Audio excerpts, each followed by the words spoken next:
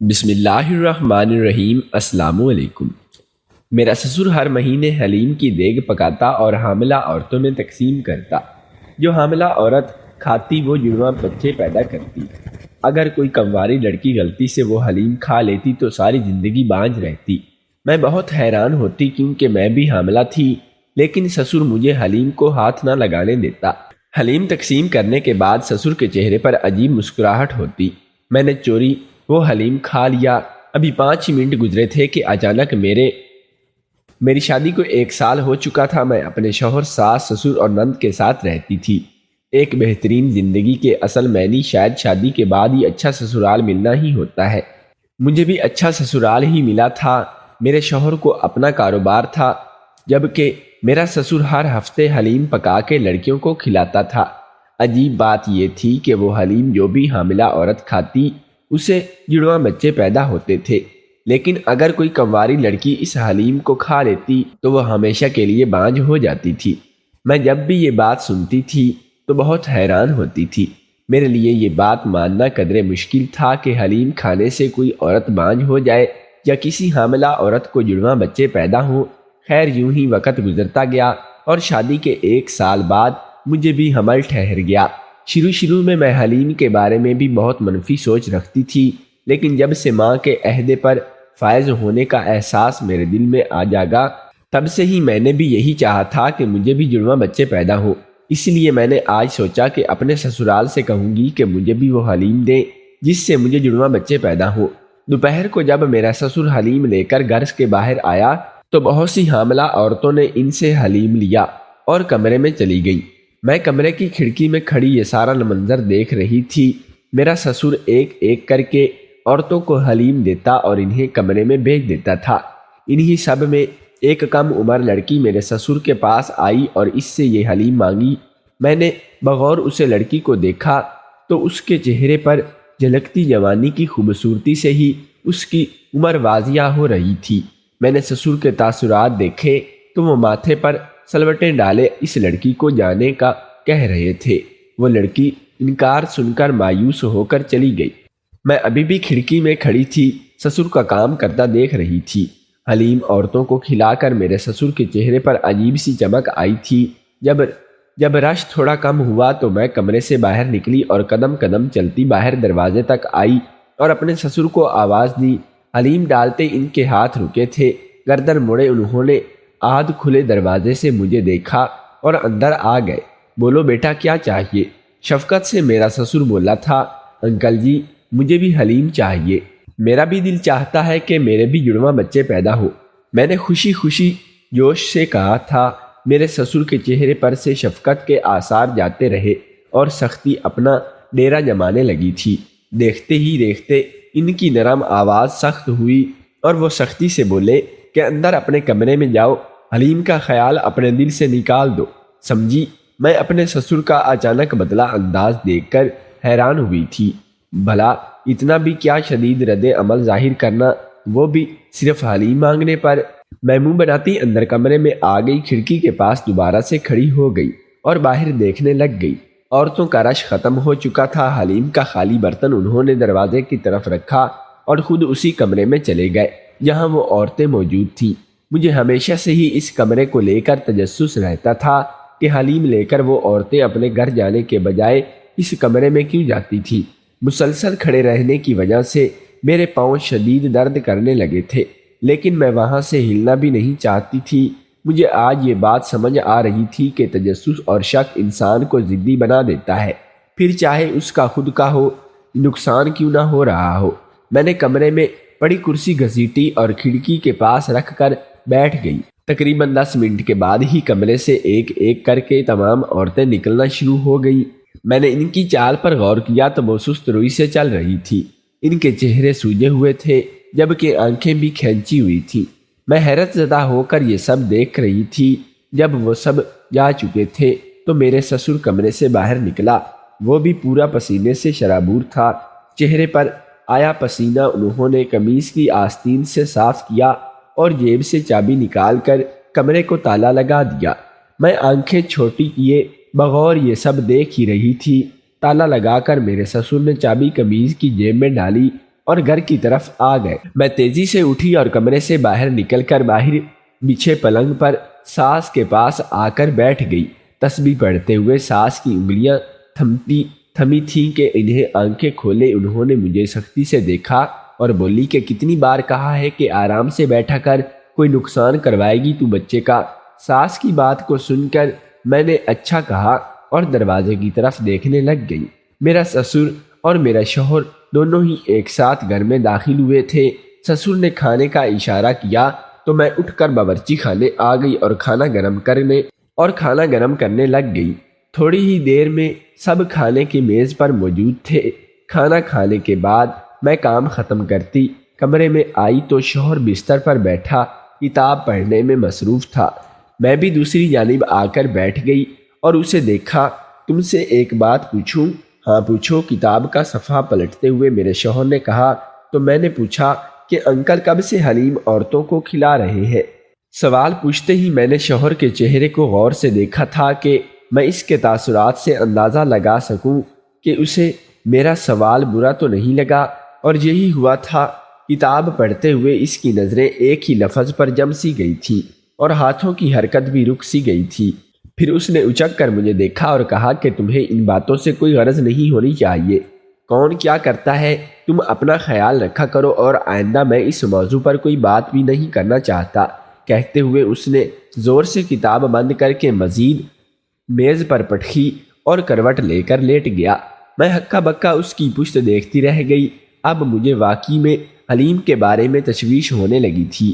میں نے ایک بار پھر سے شوہر کی پشت کو دیکھا اور خود بھی لیٹ گئی، لیکن نیند میرے آنکھوں سے کوسوں دور تھی۔ رات بھر میں کروٹ لیتی رہی۔ صبح سورج کی پہلی کرن پھوٹتے ہی میں اٹھ کر کھڑی کھڑکی کی طرف دیکھنے آئی۔ مجھے باہر ہلچل محسوس ہوئی تھی۔ میں نے کھڑکی سے غور سے دیکھا تو مجھے میرے سسر کی پشت نظر آئی تھی۔ وہ ہاتھ کمر پر باندھے دروازے کے باہر کھڑے تھے، جبکہ چند نقاب پوش آدمی کمرے میں کچھ ڈبے اٹھا کر جا رہے تھے۔ ان کے چلنے کے انداز سے لگتا تھا کہ ڈبہ کافی وزنی ہے۔ میرا سسر باہر انہیں ہاتھ سے اشارے احتیاط سے کام کرنے کو کہہ رہا تھا۔ وہ سسر کی ہدایت سن کر سر مثبت انداز میں ہلاتے اور کمرے میں چلے جاتے۔ تقریباً 20 منٹ بعد وہ سامان رکھوا کر گھر کی طرف آئے اور میں کمرے سے باہر نکل کر صحن کی طرف آ گئی۔ جیسے ہی دروازہ کھول کر میرا سسر اندر آیا تو مجھے اپنے سامنے کھڑا پا کر ان کے ہوش اڑ گئے۔ اڑے ہوئے رنگ کے ساتھ انہوں نے مجھے دیکھا اور پھر سے آدھ کھلے دروازے کی طرف دیکھا۔ میں سینے پر ہاتھ باندھے انہی ہی کو دیکھ رہی تھی۔ انکل، آپ اس وقت کہاں گئے تھے؟ میں نے سوال کیا تو وہ مزید بوکھلائے اور وہ بیٹا میں نماز پڑھنے گیا تھا، تم بھی پڑھ لو۔ اچھا میں اب ذرا آرام کر لوں۔ میرے سسر نے بہانے سے میرے شک کو یقین میں بدل دیا تھا۔ میں نے مثبت انداز میں سر کو ہلا کر راستہ چھوڑا۔ وہ سر کو کھجاتے اندر چلے گئے، جبکہ میں کھوجتی نگاہوں سے ان کی پشت دیکھتی رہ گئی تھی۔ پھر میری نظر کمرے میں سوئے اپنے شوہر پر گئی تو میری سوچوں کا رخ بدلا۔ رات کو میرے شوہر کا عجیب سا رویہ، پھر میرے سسر کا حلیم دینے سے منع کرنا اور ان عورتوں کا رویا ہوا چہرہ، ہر چیز مجھے اپنے مدار میں باہر لگتی تھی۔ میں نے صحن کے چکر لگاتے ہوئے دروازے کی جانب دیکھا اور پھر واپس کمرے میں آ گئی۔ اس طرح ایک ہفتہ گزرا۔ میں نے حلیم کا بہت انتظار کیا اور پھر ایک ہفتے بعد حلیم آ ہی گئی۔ میرا سسر گھر کے باہر کھڑا عورتوں کو حلیم دے رہا تھا۔ وہ عورتیں حلیم لیتے ہوئے میرے سسر کو دیکھتی تو میرا سسر سر کے اشارے سے انہیں کچھ کہتا تو وہ فوراً کمرے میں چلی جاتی۔ آج عورتوں کا رش بہت زیادہ تھا۔ میرا سسر خوش ہوتا ہوا سب کو حلیم دیتا جا رہا تھا۔ میں کمرے سے باہر نکل کر گھر کے دروازے تک آئی اور اپنے سسر کو آواز دی۔ میرے سسر نے مجھے دیکھا تو میں نے حلیم کی طرف اشارہ کیا۔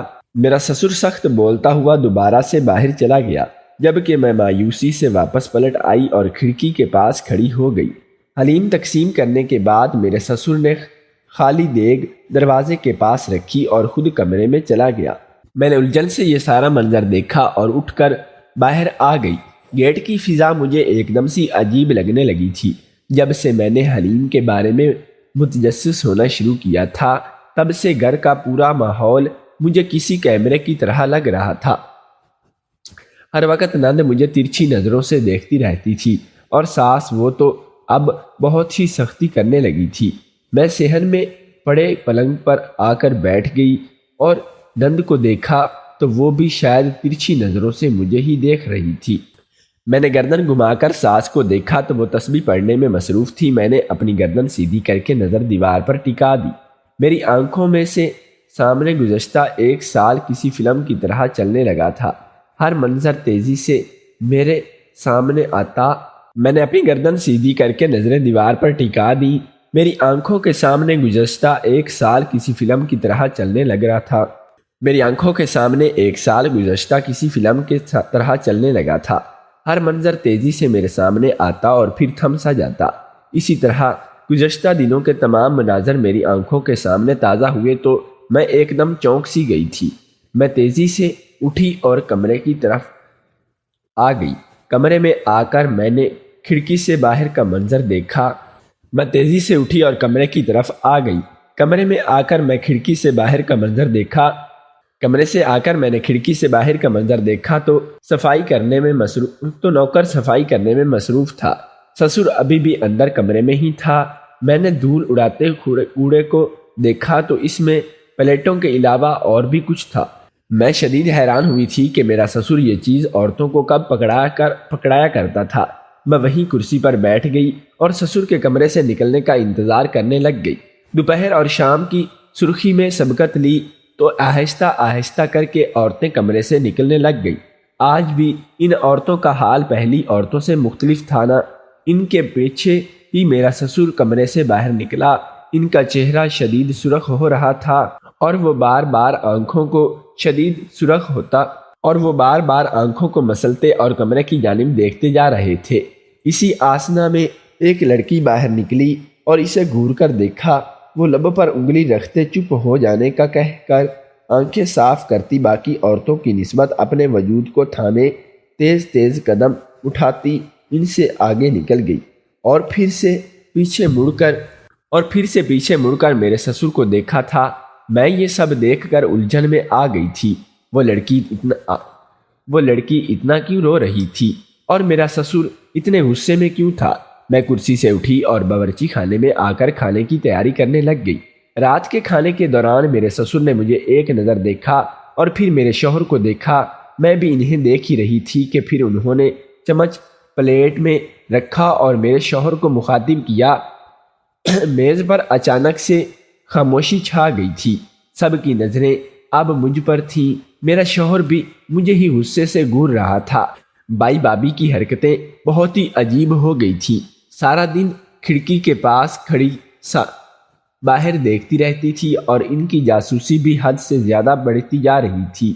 ابا کے کام میں بھی میری نند تنگ آ کر بولی تھی، جبکہ میرے ساس بھی شروع ہو چکی تھی اور لڑکے اپنی بیوی کو اپنے انداز میں سمجھا لے۔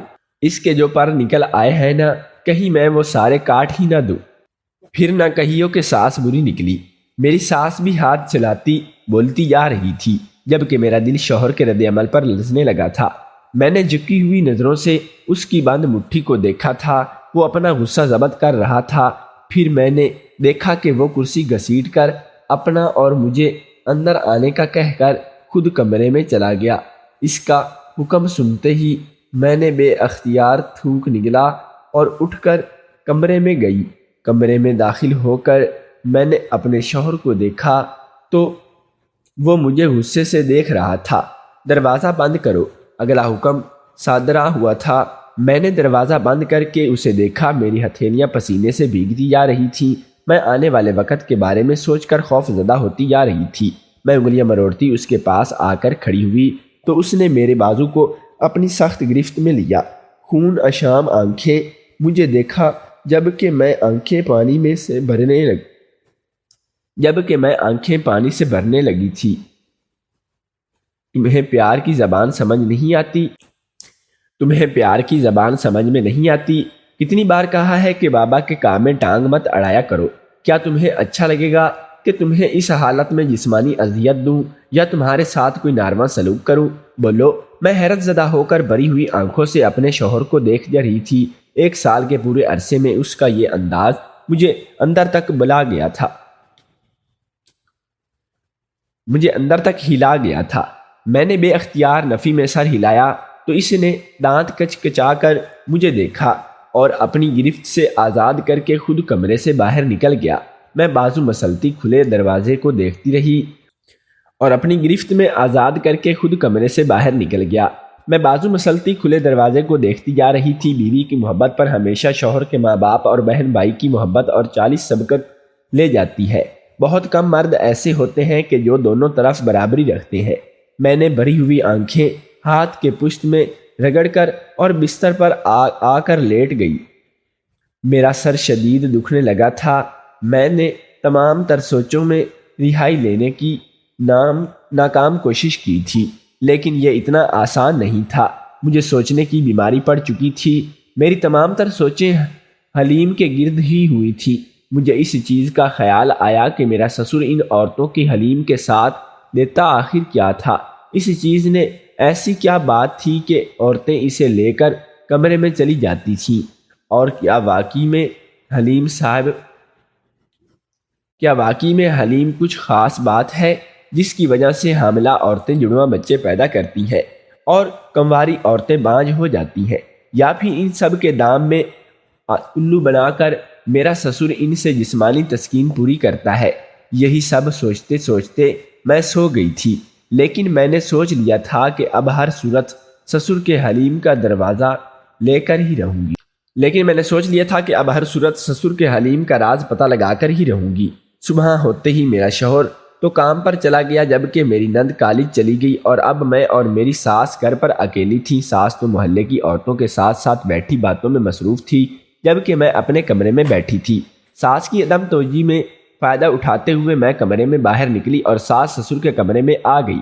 کمرے میں آ کر میں سارے کمرے کی تلاشی لی، لیکن مجھے کہیں بھی نہ ملی۔ میں واپس کمرے میں جا کر بیٹھ گئی۔ اندر ہی اندر مجھے شدید غصہ آ رہا تھا۔ میں لب پہنچتے آنکھوں میں غصہ بھرا ہوا تھا۔ اس طرح 1 مہینہ گزر گیا۔ میرے شوہر اور میرے درمیان تعلقات دن بدن خراب ہوتے جا رہے تھے، اور دوسری طرف میرا سسر بھی دن بدن مشکوک حرکتیں کرنے لگا تھا۔ وہ اکثر صبح کا اجالا ہونے سے سر پر ہی پہلے سے ہی گھر پر نکل جاتا اور اسی کمرے میں چلا جاتا۔ میں بھی اس بار حلیم کے انتظار میں تھی۔ جیسے ہی میرے سسر نے حلیم گھر کے باہر رکھی تو میں بھی نظریں بچاتی ہوئی گھر کے باہر آئی۔ صد شکر کہ کسی نے بھی مجھے نہیں دیکھا تھا۔ کمرے میں آ کر میں نے حلیم کھائی تو میری حالت 5 منٹ میں ہی شدید خراب ہونے لگی تھی۔ میرے پیٹ میں اٹھتی تکلیف مجھے دوہرا کیے جا رہی تھی۔ میں نے اپنی ساس کو تیز آواز میں پکارا کہ وہ بھاگی بھاگی اندر آئی۔ مجھے زمین پر دوہری حالت میں پڑا دیکھ کر میری ساس خواص بھاگتا ہوئی تھی۔ تیزی سے آگے بڑھ کر انہوں نے مجھے سہارا دے کر اٹھایا اور نند کو آواز دی۔ شوہر کی آواز سن کر میرا سسر بھی بھاگا بھاگا اندر آیا اور میرے شوہر کو کال کی تکلیف کی وجہ سے ہی میری آنکھیں بند ہوتی جا رہی تھیں۔ مجھے ایمرجنسی میں ہی لے جایا گیا۔ میں تمام تر کوششوں کے باوجود بھی میرے پیٹ میں اٹھتی تکلیف مجھے دوہرا کیے جا رہی تھی۔ میں نے اپنی ساس کو تیز آواز میں پکارا تو وہ بھاگی بھاگی اندر آئی۔ مجھے زمین پر دوہری حالت میں پڑا دیکھ کر میری ساس خواص باختہ ہو گئی۔ وہ تیزی سے آگے بڑھ کر انہوں نے مجھے سہارا دے کر اٹھایا اور نند کو آواز دی۔ شور کی آواز سن کر میرا سسر بھی بھاگا بھاگا اندر آیا اور میرے شوہر کو کال کی تکلیف کی وجہ سے میری آنکھیں بند ہوتی جا رہی تھیں۔ مجھے ایمرجنسی میں لے جایا گیا۔ شام کو جب مجھے ہوش آیا تو ڈاکٹر نے بتایا کہ میرا معدہ خراب ہو گیا تھا۔ رات کو میرا گھر واپسی ہوئی تو میرے شوہر اور سسر نے مجھے خوب کھری کھوٹی سنائی اور مجھے سختی سے کہا کہ میں اب ان کے تمام معاملات سے دور رہوں، ورنہ اس بار میرے ساتھ سخت سلوک کریں گے۔ لیکن میں بھی اتنی آسانی سے ٹلنے والی نہیں تھی۔ مجھے تو معلوم ہو گیا تھا کہ گڑبڑ حلیم میں نہیں، جو بھی تھا اس چیز میں تھا اور اس کمرے میں تھا۔ اسی لیے میں نے اب سوچ لیا تھا کہ میں ہر صورت اب اس کمرے میں جاؤں گی۔ لہٰذا اس بار میں نے پورا مہینہ خود کو نارمل ظاہر کیا تھا۔ تاکہ مجھ پر کسی کو بھی شک نہ ہو۔ اسی طرح مہینہ پورا ہونے میں پہلے ہی چپکے سے گھر سے باہر نکلی اور اسی کمرے میں آ گئی۔ کمرے میں پچھلے حصے کی طرف آ کر میں نے کھڑکی سے کمرے کا منظر دیکھا۔ اندر مکمل اندھیرا تھا۔ میں نے جلدی سے اپنا کام ختم کیا اور گھر کے اندر آ کر بغیر آواز کے دروازہ بند کر کے کمرے میں آ کر لیٹ گئی اور صبح ہونے کا انتظار کرنے لگ گئی۔ مجھے شدت سے صبح ہونے کا انتظار تھا۔ جیسے ہی صبح ہوئی میں نے جلدی سے باورچی خانے میں آ کر ناشتہ تیار کیا۔ میرا دل اندر ہی اندر کانپ رہا تھا۔ مجھے یہی ڈر تھا کہ کہیں میرا منصوبہ ناکام نہ ہو جائے۔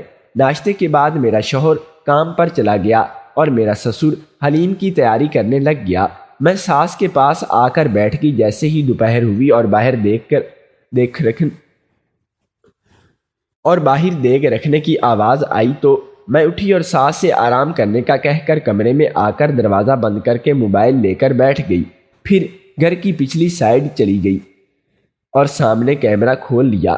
کیمرے میں سارا کمرہ دکھا نظر آ رہا تھا، اندھیرے میں ڈوبا نظر آ رہا تھا۔ پھر جیسے ہی عورتیں کمرے میں داخل ہو گئیں تو کمرے میں بتیاں جلنے لگ گئیں۔ جیسے جیسے کمرے کا منظر واضح ہوتا جا رہا تھا، میں ان پڑھ نہیں تھی کہ کیمرے کے منظر کے سسر کے کام کا اندازہ نہ لگا پاتی۔ جب حلیم تقسیم کر کے میرا سسر کمرے میں آیا تو کمرے میں اور تیز روشنی ہونے لگ گئی تھی۔ پلیٹ کی نچلی سطح پر چپکی چیز نکال کر تمام عورتوں نے ہوا میں لہرائی تو میرا سسر خوش ہو گیا۔ اب وہ عورتیں آہستہ آہستہ اٹھ کے میرے سسر کی طرف آتی جا رہی تھیں۔ یہ سب دیکھ کر میرے رونگٹے کھڑے ہو گئے تھے۔ میں پتھرائی نظروں سے سارا منظر فون پر دیکھ رہی تھی۔ فون پر مجھے عورتوں کے رونے کی آوازیں آ رہی تھیں۔ زمین پر خون کے قطرے گرتے جا رہے تھے۔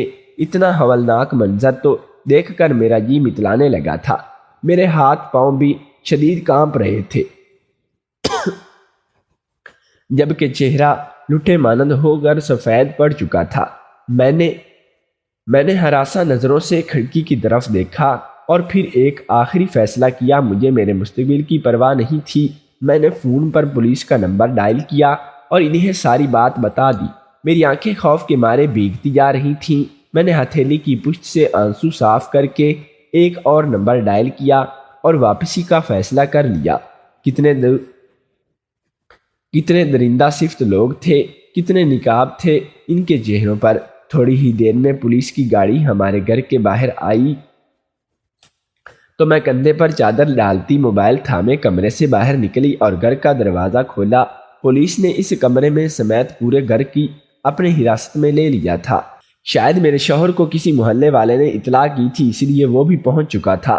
ہر طرف پولیس کی گاڑیوں کے سائرن کی آواز، بھاری بوٹوں کی آواز، چیخو پکار کی آواز، میری ساس اور نند کی مجھے بد دعائیں دینے کی آوازیں، میرے شوہر کے مجھے گالیاں بکنے کی آوازیں، طلاق دینے کی آوازیں فضا میں بلند ہو رہی تھیں۔ میں خود کو تھامے لیڈی کانسٹیبل کے گھیرے میں محفوظ کھڑی تھی۔ میرا وجود کانپ رہا تھا۔ چند ہی دنوں میں کیس عدالت میں گیا تو میرے سسر نے اپنے تمام جرائم قبول کیے کہ کس طرح سے ڈاکٹری کی پریکٹس کا جعلی سرٹیفکیٹ اس نے تیار کروایا اور پھر اپنا چھوٹا سا کلینک بنا کر وہاں عورتوں کے کیس بھاری رقم پر ہینڈل کرتا تھا۔ یہ کہہ کر حالت کریٹیکل کے بے آپریشن کرنا پڑے گا۔ میرے سسر نے بتایا کہ اسی طرح ایک عورت کا بلڈ پریشر ہائی ہونے کے باوجود اس نے آپریشن کر دیا، جس کی وجہ سے وہ عورت اور اس کا بچہ دونوں ہی مر گئے۔ اس وقت تو وہ پولیس سے بچ کر دوسرے شہر آ گئے تھے اور اپنی پہچان بھی بدل لی تھی۔ جب پولیس نے ان کی تلاش بند کی تو انہوں نے اپنے ہی بیٹے یاسر کی شادی مجھ سے کر دی اور اسی طرح حلیم تقسیم کرنے کی آڑ میں وہ عورتوں کو پلیٹ کے نیچے ایک چٹ لگا کر دیتا تھا جس پر رقم لکھی ہوتی تھی اور پھر وہ اس کے کمرے میں لے جا کر ان کا علاج کرتا تھا، جس کی وجہ سے انہیں جڑواں بچے پیدا ہوتے تھے۔ میرے سسر نے بتایا کہ اسی جوش کے بیچ اس نے کئی کنواری لڑکیوں کی بھی علاج کیے تھے، جبکہ وہ علاج صرف حاملہ عورتوں کے لیے ہی تھا۔ اسی وجہ سے اکثر لڑکیوں پر علاج الٹا ہونے کی وجہ سے وہ مانج ہو جاتی تھی۔ میرے سسر کے ساتھ ساتھ میرا شوہر اور ساس اور نند بھی اس کام کے بارے میں جانتے تھے۔ عدالت کے مطابق میرے سسر کو عمر قید کی سزا ہوئی تھی، لیکن میرے شوہر، میری ساس اور نند نے اپنے سزا کاٹ کر رہا ہو جانا تھا۔ آج مجھے اپنی ماں کے پاس آئے 5 سال ہو چکے ہیں۔ طلاق کے 4 ماہ بعد میں نے ایک بچے کو جنم دیا جو میرے ہی پاس ہے۔ میں اس کی تربیت میں کوئی کمی نہیں رہنے دیتی۔